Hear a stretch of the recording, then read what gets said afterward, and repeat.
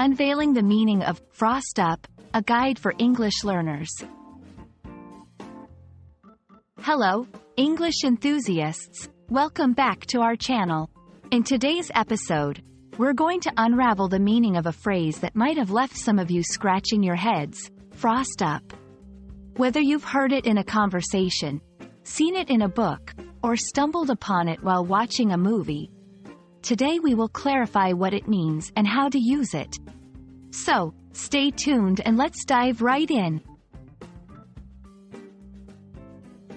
Frost up is a phrasal verb in English. It is a combination of the verb frost and the preposition up. Generally, this phrase is used to describe a situation where a surface becomes covered with a layer of frost. Imagine waking up on a cold winter morning and seeing your car windows all covered in ice. That's when you'd say the windows have frosted up. Examples: the cold weather caused the windshield to frost up, making it hard to see. Be careful when you open the freezer. Sometimes it tends to frost up.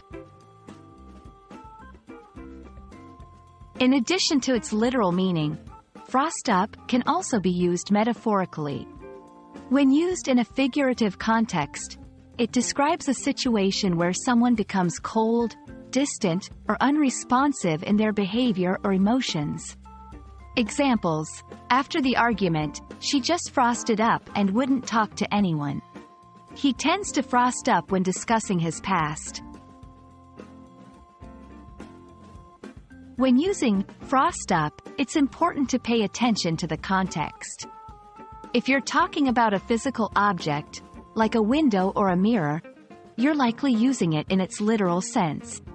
If you're describing a person's behavior or emotional state, then you're probably using it metaphorically.